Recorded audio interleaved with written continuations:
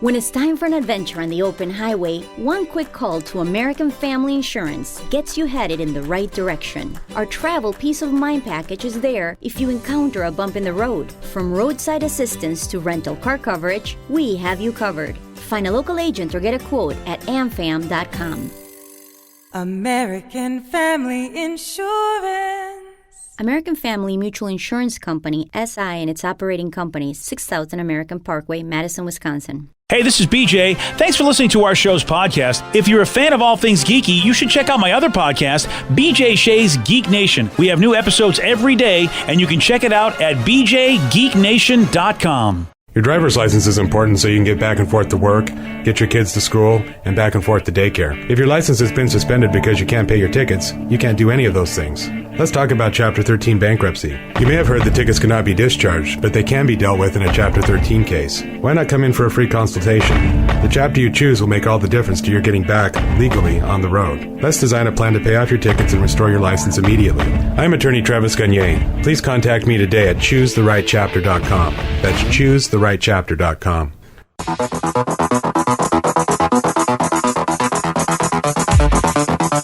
99.9 KISW, the Rock of Seattle. Have you ever walked out of a theater during a movie?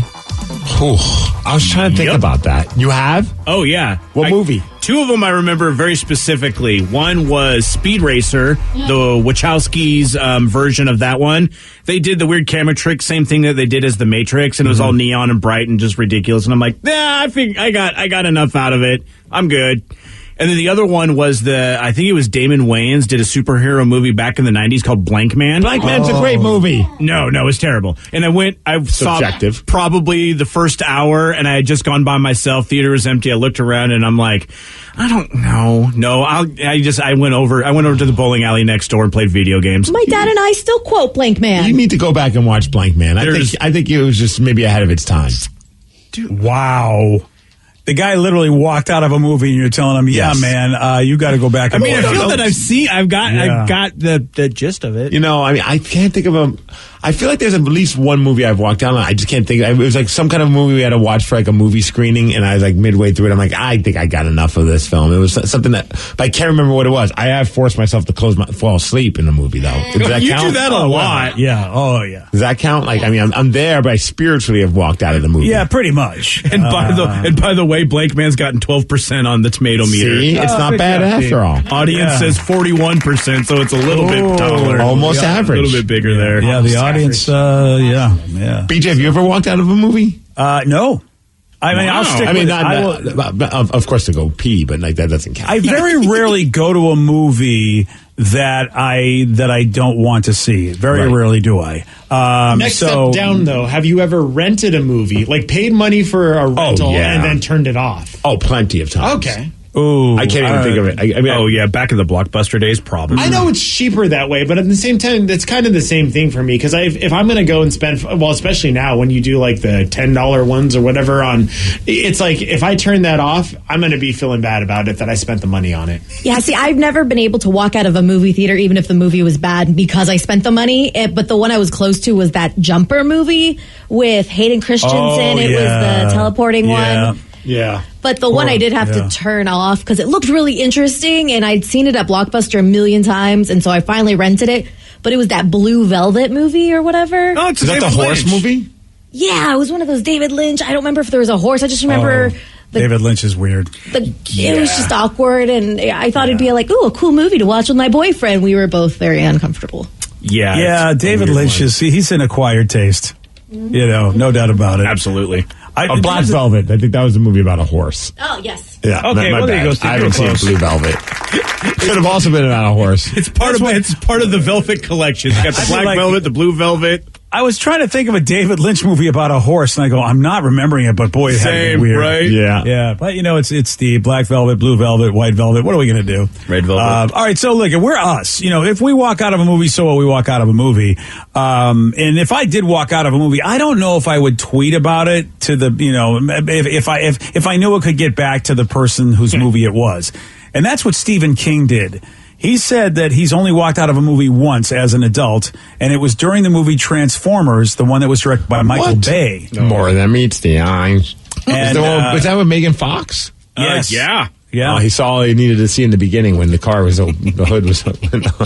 I'm good. And Steven decided, okay, now I'm going to walk out of this movie, but I'm going to go on Twitter and say that, yeah, I walked out on this. That's pretty funny. Yeah, I mean, because then Michael Bay is probably going to hear about it because Stephen King is a guy, and Stephen want to know, if there were other movies that people have walked out on. Which I get it, you talk, but the fact is that's pretty ballsy to go, hey, I walked out of a Michael Bay movie. I'm Stephen King. If I'm Michael Bay, I might actually embrace that and lean into it and re-release the movie and be like, this is the movie that Stephen King walked out on, the Stephen King edition. Yeah, that's a good attitude to The have. Stephen King edition, it's where it stops where he walked out on it. Right. Or the Stephen King cut, and it's all of a sudden, midway through it turns into, was it Maximum Overdrive? Oh, gosh. Oh, okay. Yeah. It's you think that, maybe that's why Stephen King didn't like it. It's kind of in a weird roundabout way, a ripoff of Maximum Overdrive. I remember the movie machines are attacking you.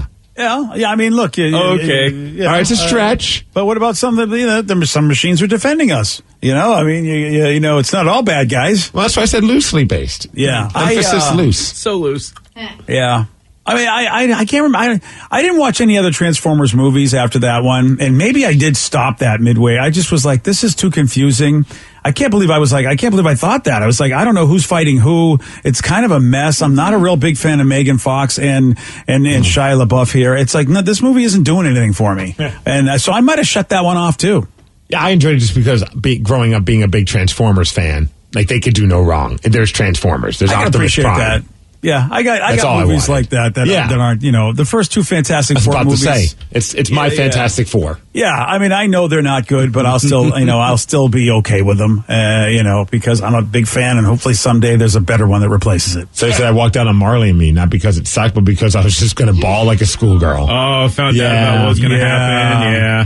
I never watched that movie for that reason. I thought I do not need to see this movie. I know what's going to happen. I mean, I've already had the Charlotte's Web experience thanks to Vicky. I'll never do that again. Aw. Yeah. Hey. It wasn't Charlotte's Web that we saw. It was How to Train a Dragon. Well, I saw Charlotte's Web with somebody that also wrecked me. It was before my time. Yeah, you cried at that one too, though. Yeah. Yeah, I don't remember who went with you, but yeah, you did cry at that one. All right. Well, Vicky ruined me with the Dragon movie because I thought, well, this can't be bad, and then it did. I'm like, F you, Vicky, and your stupid movies. Dude, not going. Like it was her fault. I don't know how true this text is, but my very religious aunt and uncle went to see the movie Deep Throat at a theater. What? They thought it was about Richard Nixon, and they were too embarrassed to leave. Oh, so they stuck through it. Wow. Yeah, it's a whole different Deep Throat. Oh, yeah. Not political at all. I wonder if one or both of them really weren't embarrassed, but were very happy with what was going on. This is emphasis on political. Yeah, exactly. I mean, that movie was huge, as it were. When it came out, it was, it was revolutionary, if you will. The only movie that I've walked out of, according to one texter, Waterworld. Horrible film. Oh, I was close to that one. Yeah. That one I was close to. That was one of those, I remember. It was like one of those ones where I rented it and went out of it because, I just stopped watching it because you go, the opening scene is him filtering his own urine to drink. That was the best part of the movie. Yeah, well, and I was just like, you know what? No, I don't care what this is about anymore. I'm done. I'm out. Yeah. No, I don't know if I've ever seen Waterworld, now come to think of it. Yeah, is it Kevin Costner? Yeah, yes, it is. Yeah, yeah. It's a big, long epic about a world full of water. Yeah, I think I was like, he also didn't he do Dances with Wolves? Yes, he did. It was at that point where I was like, unless he's in a movie about baseball, I think I'm done with him. Yeah, I wasn't. I didn't hate it, but I was like, "This is not my thing." Yeah, I just like Kevin Costner as a baseball player. Dances with Wolves was good, but it is so long, and it's one of those I don't ever need to ever see again. Right. Yeah. And Waterworld was a lesser version of that. As far as it was long, it was epic. I get what they were trying to do, but I don't need to see Dances with Urine. I'm done. Dances with you. That's the R. Kelly edition now. He's going to be doing that for the next 30 years. Yeah, he's got his own movies he's going to be watching or making or whatever. Hey, good news. This is real. I know everyone has completion issues, so I want to make sure you guys know that we just finished The Man from Toronto on Netflix. Oh, nice. I saw ads for it, so I was very intrigued. What's the final verdict from both of you? Fantastic film. All right. Nice. Really enjoyed it. Good ending. It was just a fun movie. I told my wife about the movie, but I did not tell her who recommended the movie. Good job. Okay, good. Yeah. Don't tell her it took us 7 attempts to watch it. I guarantee you that's not going to be said. 7 episodes. 7 episodes of a movie. Wow, I know. I know. I kept telling her it was a series because I kept hearing in my brain, yeah, it's 7 episodes. No. And then I'm like, oh wait, no, it's a movie. That's right. She goes, why'd you think it was a TV show? And I'm like, I'm not going to tell you why. I'm a little torn if I should just share this little information though with you. No, just let it be. Yeah. Wait, what is going on? I just went to Rotten Tomatoes. Oh no! Oh no! What is the man from Toronto getting on Rotten Tomatoes? It's better than Blank Man. I mean, Is it remember better than The Bubble? it's based on the context of it being a Netflix movie, guys. Look at The Bubble, Vicky. I want to know, is The Bubble better or worse than The Man from Toronto? What the hell is The Bubble again? The Bubble is a movie I recommended, and you guys went on Rotten Tomatoes and saw everybody hated it. Oh. So what's The Bubble is at 21% All right, with a 31% Okay. audience score. This is better. Oh, okay. It's better than The Bubble. Better than The Bubble. So what is this? What do the critics think of this movie? Well, 55 reviews, and it's coming in at a very solid 25%. Not much better than 21. but it is better. Audience What about the score, 43%. Oh my God! It's just as bad as The Bubble. No, it's better. Not really. I mean, now you're splitting hairs. They're No, right in I'm the a same stats ballpark. guy, and these are different numbers. Win's a win. Dude, you are just like me. You've just recommended a bad movie. You're in my Do club you now. know who I am? I've made a livelihood out of I know, recommending but now bad I movies. can't show this to my wife. Yes, you can. This seems No, like I a popcorn flick. Like you're not watching it to get like the best I Oscar said that about performance, you know right? what? You guys are such homers for Steve because I said that about The Bubble. And you all go, "You're an idiot. You don't know movies." In all fairness, we're all wearing Steve jerseys. Yes. Yeah. Yeah. We're at I Steve do- Stadium. I do have a room at Steve's house now, so I love it. Yeah. Vicky goes, Yeah. "The Bubble's. Oh, you're an idiot for recommending The Bubble." Oh, but Steve's movie's a popcorn movie. We can deal with that. Well, like everyone has been talking about it on social media. When The Bubble came out, nobody did. Oh, is that going to be an Boom. excuse? Yeah. Yeah. Yeah, what's Well, everybody just- saying on social Just media? forget this part That of it sucks? and go see it, man. No, it's too late. Now you're not going to watch now The Man it's from out, Toronto? You man. Yeah, it's too late. don't you like Woody Harrelson and Kelly Why do you want me to Cuoco? watch a movie that everybody thinks sucks? Because I didn't think it sucked. Yeah, but you took 7 viewings to get through it. It doesn't help. But we've prefaced it by saying, we live in a tired household. We have a toddler, and I didn't fall asleep. Not to throw my wife under the bus, but she did. Is anybody Oh, else? there's the buzz. There it goes. Anybody else on the show watching The Man from Toronto? Anybody got plans for that? I mean, I Stranger did. Things just dropped, so no. Yeah, there's There we plenty go, of other Steve. things. That's why you need to do it, BJ. Yeah, it is. It's up to you to do. Yeah, nice try, all of you. Nice try. You know it's a pile. All of you know it. All right. Well, Danny should watch it just because All Danny right. doesn't like nice things. What are you talking about? Danny, it's a sequel to the American Pie. Ian. Yeah. All right. It's a sequel Yeah. to the American Pie Yeah. thing. Okay, I'll watch kid? Except now they leave America, they go to Toronto, and they meet this man. Yeah, Stifler's mom goes to Toronto and gets things done. Stifler's not in it, but Oh, he's not. Oh, Stifler's uncle Kevin Hart is in it. oh, Trust me, they don't really acknowledge that it's a sequel to American Pie, but it is. Oh, It okay. is, okay. I'll watch Perfect. it. You'll love it. hey, Hey, someone Hey, just texted to say it's an awesome movie, BJ. Fun action honestly- film. Yeah, I maybe we'll see. So the person says, BJ, I usually agree with you on movies, and I really like The Man from Toronto. It's a fun film. But why does everybody hate it? Again, this is from my. This is like my wife time. I mean, she looks at me and she'll be like, "What are we doing?" And then she'll ask, and then I'll have to tell her, and she'll go, "Why? You know better. Why did you do a movie that Steve recommended?" And I'm gonna be like, "Yeah, it's just, and I can't take it. You know, I mean, there's too much writing on this, man."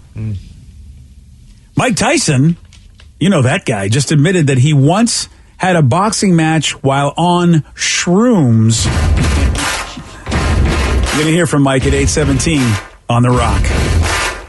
BJ and Migs, mornings on The Rock, 99.9 KISW. Wendy's Pretzel Bacon Pub Cheeseburger is back. A flavor spectacle of pretzel proportion. Featuring applewood smoked bacon and hot and juicy beef. It puts beer cheese on top of Munster cheese and a pretzel bun on top of all that. Simply put, Wendy's Pretzel Pub puts the EAT in greatness. Try one today and see for yourself. Choose wisely. Choose Wendy's Pretzel Bacon Pub Cheeseburger. For a limited time only at participating Wendy's. 99.9 KISW, The Rock of Seattle. All right, Mike Tyson, man. You know him. You may love him. He was on a recent podcast, and he shared that he was on shrooms during a fight in 2020. Okay. And I was going to say he was on shrooms in that fight against Evander Holyfield where he bit the ear. I was like, okay, well, now that makes a little more sense. I would have bet that. I mean, at that point, I would have bet that. Or at least he was on something. Right. I thought his ear was a cookie, and it said, eat me.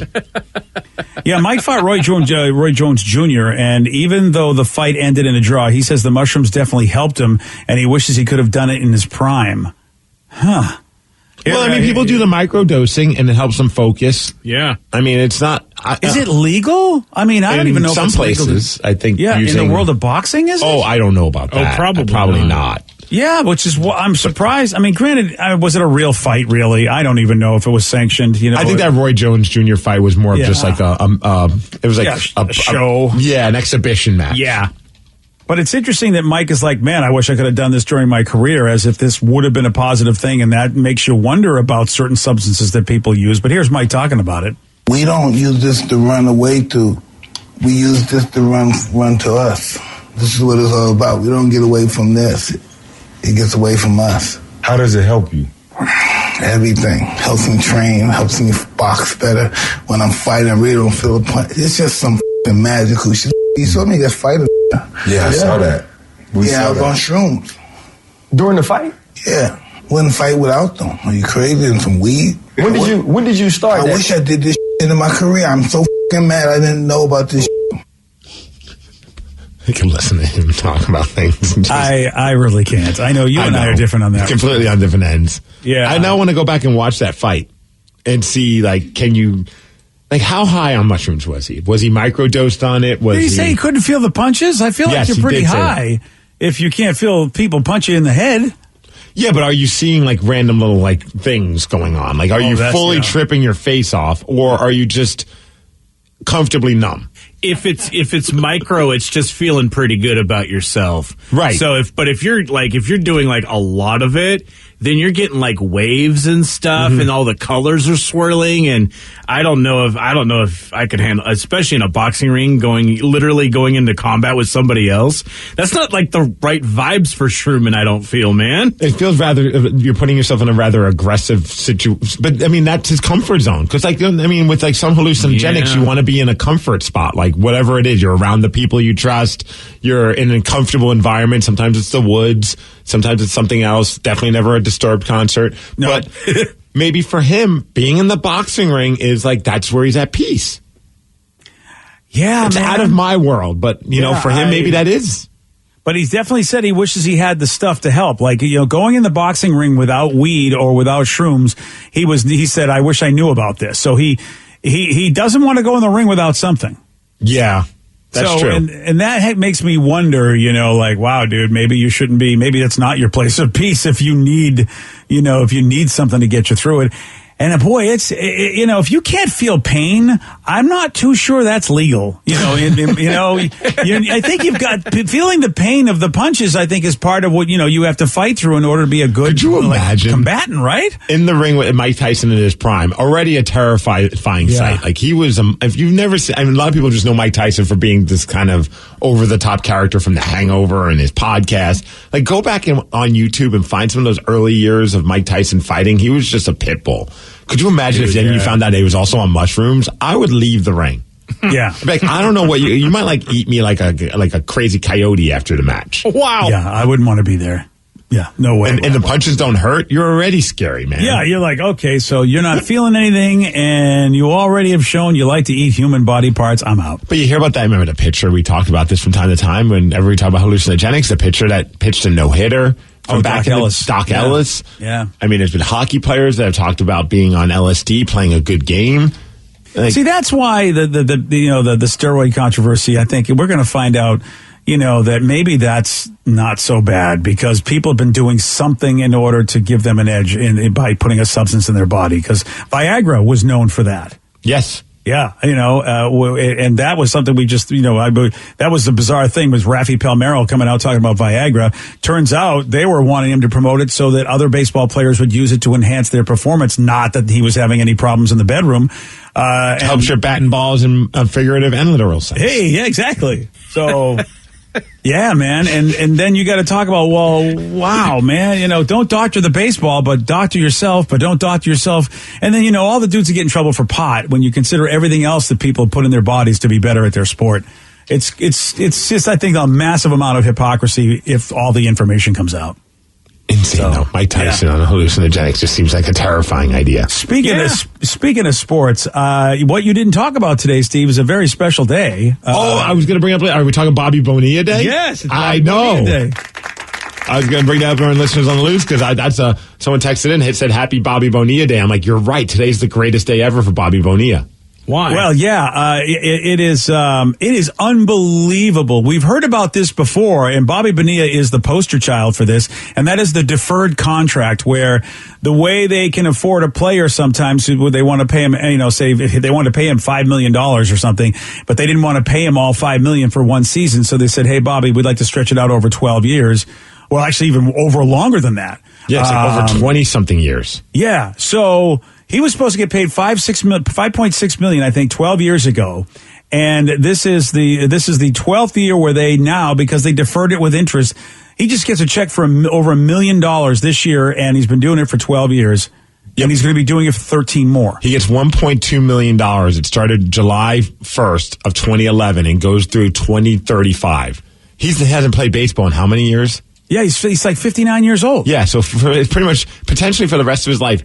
Every July 1st, he gets a check for $1.2 million. Good for him. Crazy is that? Right? It's the greatest thing ever in sports. That is amazing. It's just unbelievable. And the Mets are like, well, whatever. It's like, we've got plenty of money. We can pay him that. Wow. Every year.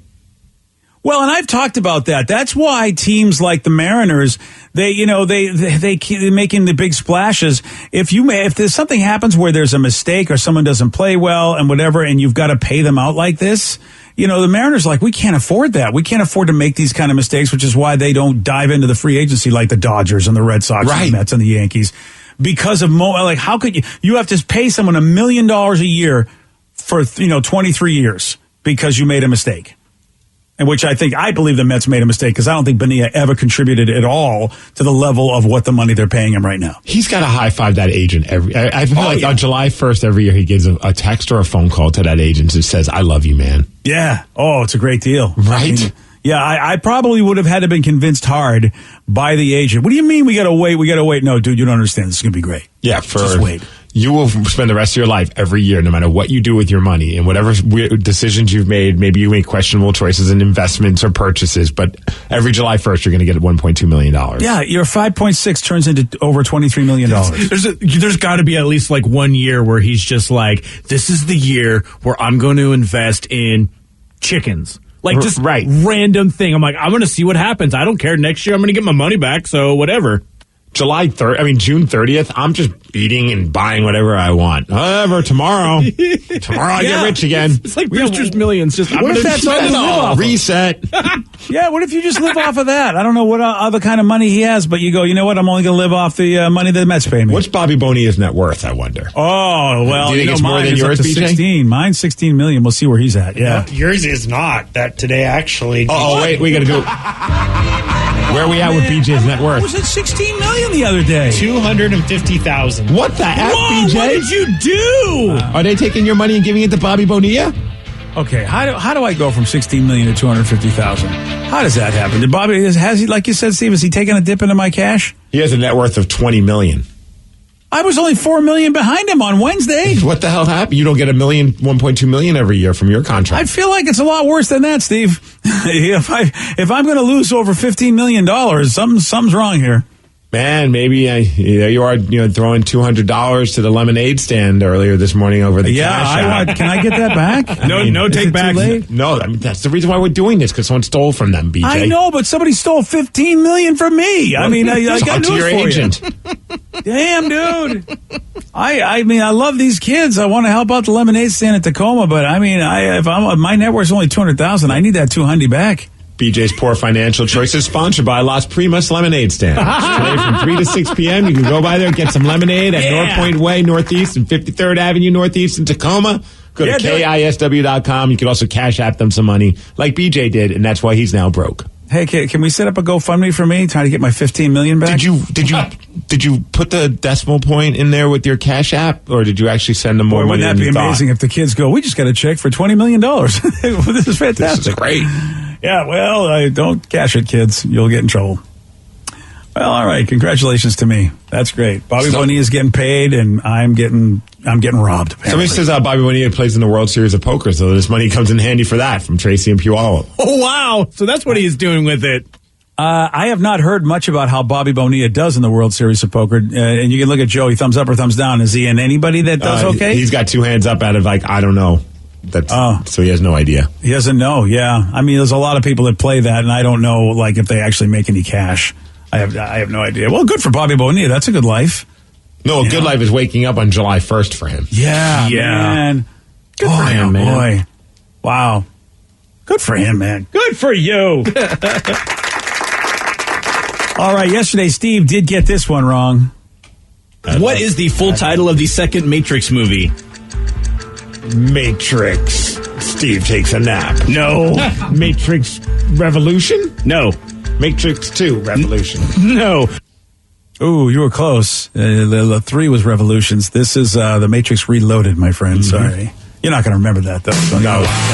You can actually ask it today at 8:50, and I won't get it right. You want a shot at beating Steve? You got it. 206-421-ROCK. We're playing Beat Miggs at 8:47 on The Rock.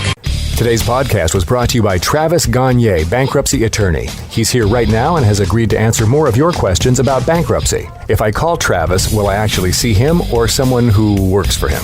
Absolutely. When you come in to see my office, when you first call in, my staff will try to help you with any basic questions that you have. I can give you a call back, but they'll usually try to schedule you for a free consultation with me, the attorney, and I'll meet with you personally. We'll talk about the basics of your case, and I'll take you through a question and answer session an interview that usually lasts about 30 minutes. We'll get the basics of your financial situation. I can answer your questions, and we can talk about whether bankruptcy makes sense, your non-bankruptcy options, and how bankruptcy could affect you, what the process is. Thanks, Travis. If you have more questions about bankruptcy, you can reach out to Travis anytime at choosetherightchapter.com. That's choosetherightchapter.com. Thanks for listening. When it's time for an adventure on the open highway, one quick call to American Family Insurance gets you headed in the right direction. Our travel peace of mind package is there if you encounter a bump in the road. From roadside assistance to rental car coverage, we have you covered. Find a local agent or get a quote at amfam.com. American Family Insurance. American Family Mutual Insurance Company, SI, and its operating companies, 6000 American Parkway, Madison, Wisconsin.